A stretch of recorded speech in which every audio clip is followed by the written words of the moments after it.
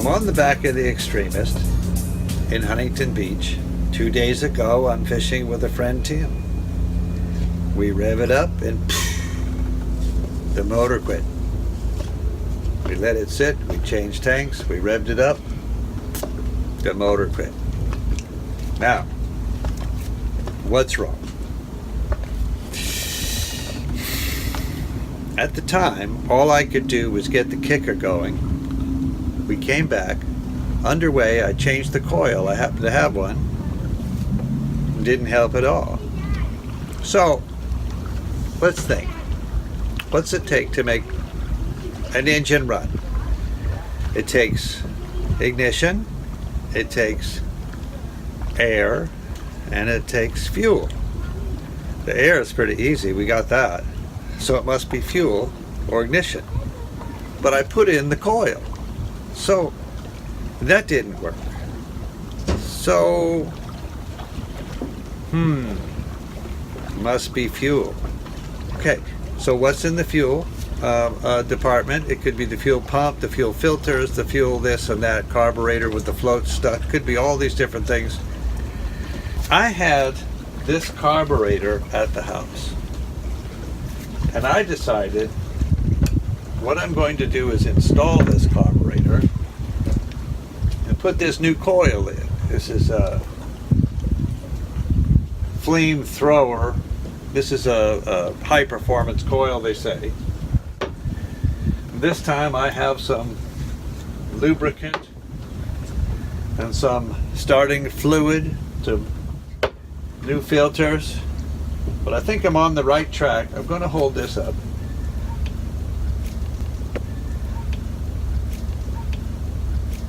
Yeah, this is where the fuel inlet is.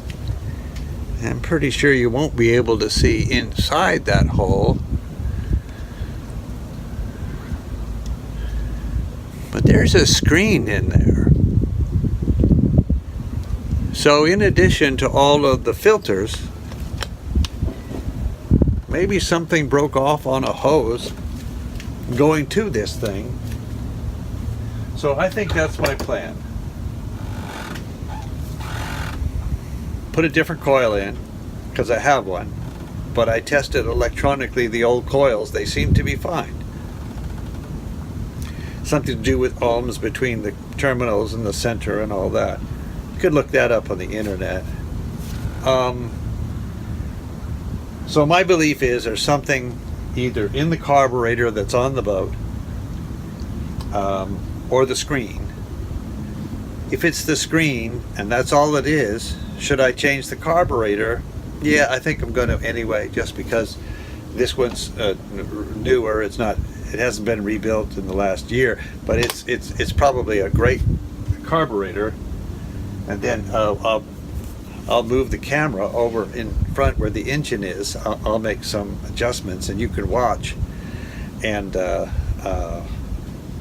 but when you guys are in trouble like this, just think, if somebody cranks the motor and you have some spark, well, it's pretty likely it isn't the ignition then. It obviously could be, but just because you have spark doesn't mean you know everything's working correctly. But if it's not spark, it's fuel. If it's not fuel, it's spark. That's kind of the way it goes. So let's see what I can do. See you in a minute. Okay, so here's the carburetor. Here's the distributor. The coil that I was working on, I didn't put it back yet. And I'm going to actually just take those wires off because I want to have more room for the carburetor. And off to the right, these are the fuel filters that I'm going to be checking just in case. Okay, so can you see right here? Trust me, this is a fuel shut-off, and I'm shutting off the fuel. Here's the coil wire that I'm going to set over here. And on this coil, this was my spare coil that I put on when we were having our crisis. And I believe it to be an okay coil. Should have got us back if the problem was spark. You see, I'm going to put these two together with a zip tie, just so that I don't goof up. And then when I put them back, I'll probably put a little sandpaper on the terminals just to make sure we're getting a real nice connection. I don't know.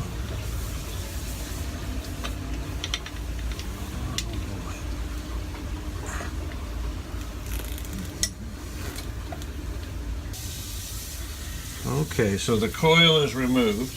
Put the two nuts back on,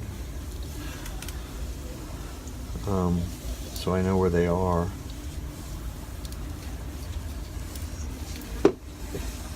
And then these two wires here, the purple wires. I think purple is ignition. I'm going to recheck that before I can feel comfortable with it. Now, so these things are out of the way. Here's the top of the carburetor, called a flame arrestor. I'll give you a tip. Whenever you're messing around with the carburetor, take your time. Don't be too anxious to use stainless steel, because if you drop it down the carburetor, you're never going to get it out with a magnet. So you take your time. Here's a hose. Oh yeah. And we can just take that off or leave it here, and I'll set that aside here. Now I'm going to take this off. How about that? So there's the air cleaner. Not the air cleaner, it's called a flame arrestor. Set that aside. Before we put it back, we'll put some soap and water on it. Alright, now on this side there's this little nut that you pull. Can you see that? It just comes off. So that's the throttle. And it just comes off like that. Okay, now one of the techniques to test it is you go like this and you have somebody look down the throat of the carburetor. But that's not going to be me. Here's what we got left to take this carburetor off. We have this electric choke, and there's two wires going to it. One wire is going to go to the block, it's ground, and the other one is going to go to the ignition when you turn the key. That heats up this mechanism in here and opens up this choke thing.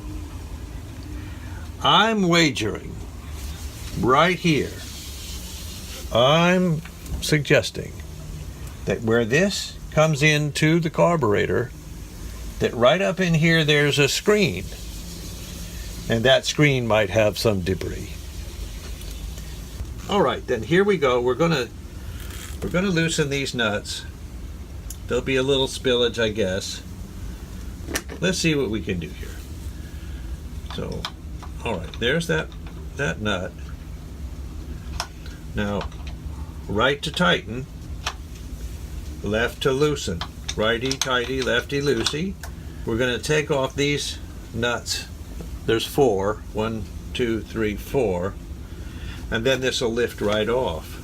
I'm going to get a rag and stuff it down that carburetor, just in case something terrible happens, and I drop something down the carburetor, and it goes into the intake manifold. And I was one of those guys that thinks stainless is great. You know, stainless is the best. Yeah, well, tell you what. Stainless doesn't stick to a magnet. That bolt, or that nut, got sucked into the cylinder, and I had to put a new head on the motor. It's 100% my fault.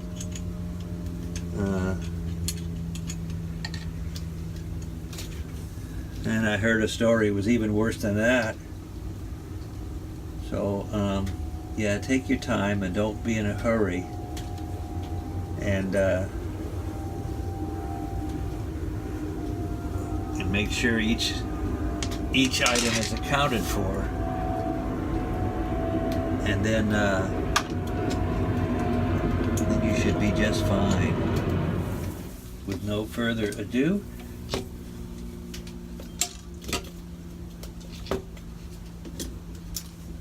and up she goes. All right. I think oh yes, I'm stuck on that wire there. That's the ground wire. Okay, there. Okay, that's right. Now we're up.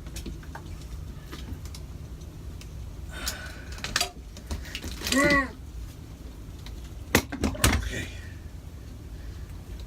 How cool is that? Lickety split. And that's off.